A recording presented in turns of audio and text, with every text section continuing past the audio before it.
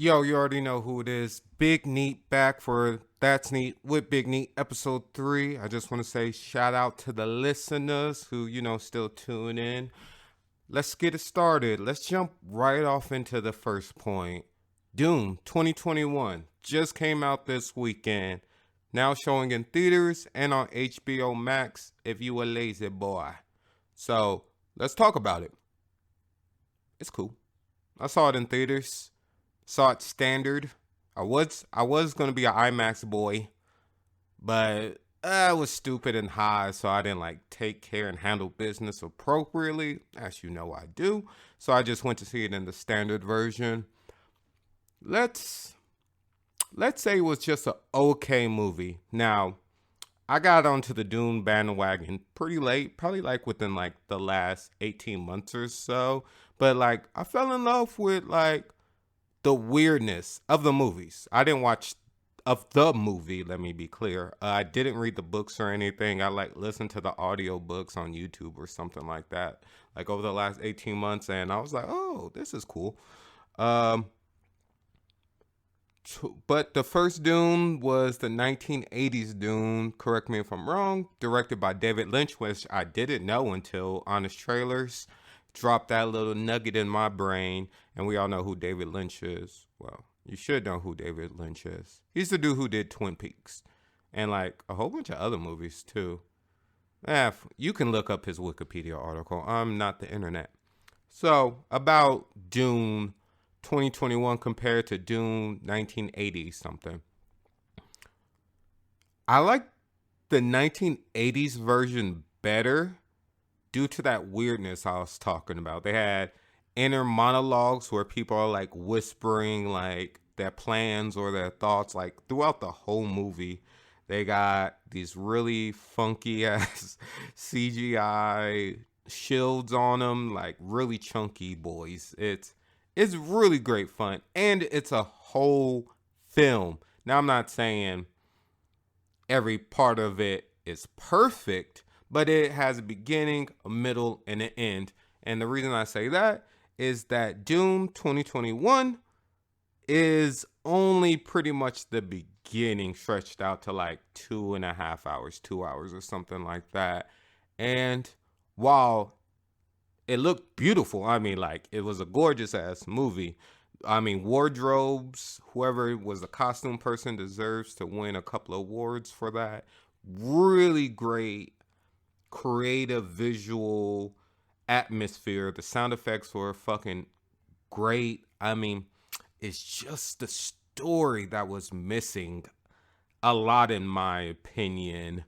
Um, it was pretty much just a beginning of a film, which it didn't get too far into. I mean, for the characters that were going through it, they were they got far in their little story, but in the overall plotting of it, the movie didn't get far at all. I mean, I'm sure, oh, this is going to be all spoilers and stuff like that, so I hope you're tuned in and seen the movie. It was Zendaya was in it for about 10 minutes. She had about she had about 10 good lines in the movie. It was just pretty much just nothing happening. You see the dreams and all that. You see even a little sneak peek into what this boy Paul Atreides will get up into in the second movie, but it just feels weird, and it wasn't filmed the whole thing part because in the beginning of the movie it says Dune Part 1. Someone told me that at work the other day, and I was like, oh, I don't know what he means by Part 1. Is Part 2 the second book? Or no, he meant they split the first book into two parts. But I'm trying to tell you that unlike Harry Potter or even Twilight or something where they Hunger Games where they film both movies and then split it, he just basically made Part 1. And I want to know how much he spent because like I said, the movie's nice, but nothing happens in it at all. So I know he spent at least over $150 million trying to make just that one part. So let me just say that I hope that everyone checks it out either on HBO Max, which I would recommend, or go see it in theaters just to see how beautiful it was. It's first time really seeing a Timothy Chalamet movie ever. It was, it was okay. There was one scene at the end of the movie, and I'm literally mean like at the end of the movie, where he was walking and he kind of had like this little look on his face, and I was like, okay, I could see him as Paul. But outside of that, I guess it was okay. Uh, Zendaya was barely in the movie, so that doesn't matter. Um, Jason Momoa was, Jason Momoa, but this time in space.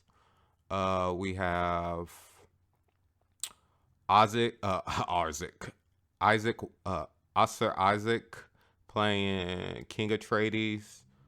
It was okay. Yeah, it was okay. Just like the fatherly figure. Dave Bautista was in it for 2.5 seconds.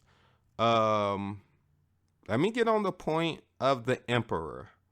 The Emperor in the 1981 Dune was a lot more fearsome. I guess the whole scope of Dune 1981, I believe that was the year, was a lot bigger in scope. Like they were throwing characters at you, fucking organizations, all these things, and you're just like, what the fuck? And that's what made Dune 1981 so good to me. I mean, they just threw you into the mix and like, you figure it out. And that's the kind of storytelling where they give you clues and all this other stuff or exposition as the film goes on. That's fine. Um, but I guess I'll saving that part for Dune 2. But to the Emperor, he didn't really have anything to do in this film. He was just like, oh, the Emperor is giving us his blessing to wipe out House Atreides. I'm like, oh, okay, that's cool. It's all right.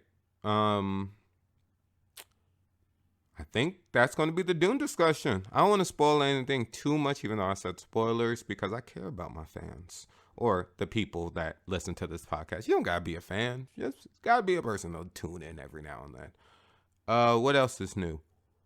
They're trying to give Dave Chappelle the fuck out of here. That was a whole... That still lasted. Like, Dave Chappelle, good job for you. You lasted a 2-week news cycle. I'm not saying it was for the benefit of Dave Chappelle, but I'm just saying for you to stay in the news for 2 weeks straight, that's pretty good. They did a walkout protest. I'm smacking. Pause. They did a walkout protest. The employees at Netflix at their headquarters in like Los Angeles or something like that. It went over well, kind of. They had a video of this dude just standing there, and then some shit gets fucked up while he's just standing there, and then they try to blame him for it. So that was a really fun. I mean, people are just hilarious. Not Dave Chappelle though. That nigga's out of here. But to the Dave Chappelle thing, since we're talking about transformative people, I'm not talking about Dave Chappelle.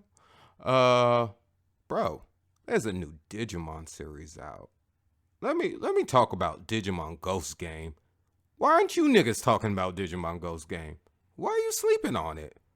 I need to know this. Please. Digimon Ghost Game is the best Digimon series since motherfucking, I guess, Adventure 1. Because Adventure 1 had some pretty dark moments. Kids trapped in digital world, nowhere to go, will they ever get home? Pretty dark concept. Digimon Ghost Game is like Digimon are using human feelings about certain things to manifest themselves into the real world, well, the anime world, and the good thing about it is that they don't take any childish ways out about what happens in the show, meaning that these people, for instance, in the first episode, there's a Digimon that is taking people's youth away. And I mean, it's not bloody or anything like that, but you can see, like, visually, it's like, oh my gosh, like, these people are getting their life essence drained from them. And it wasn't by a hooker named Samantha. So it was really good. Second episode is really great as well. Swampy's yours. No, can't turn it. So, sorry, always interruptions when you're podding. Thanks, Joe Budden. You know how it goes, bro. Digimon Data Squad. That was the 5th Digimon series. And I thought Digimon Data Squad was cool, but we're talking about Ghost Game. They had a skip of an episode, so I'm trying to remember what happened in the second Digimon episode. Oh, we have Mummymon out here mummifying niggas. Just because. It was cool. And episode 3 just dropped, so go check out Digimon Ghost Game on any illegal anime streaming site of your choice. Really good. What was his name? Dracomon? Draco. But it doesn't matter. Go watch it. It's better than Pokemon. Animation. Digimon's always been better than Pokemon. Let's be honest with ourselves. The only thing that Pokemon had over Digimon was a pink yellow rat and friendship. Digimon had people. It was a team effort. Get down or lay down type of dealio. You either down with the Dizzy Destins or you a op. But yeah, I think we're well over time. So thank you for tuning in. Episode 3 of That's Neat with BigNEET. I hope everyone's week, 2 weeks, whenever the last time I dropped the episode, it's going swell. And Halloween's coming up, so I hope you guys go out and party your face off because we outside. Thank you.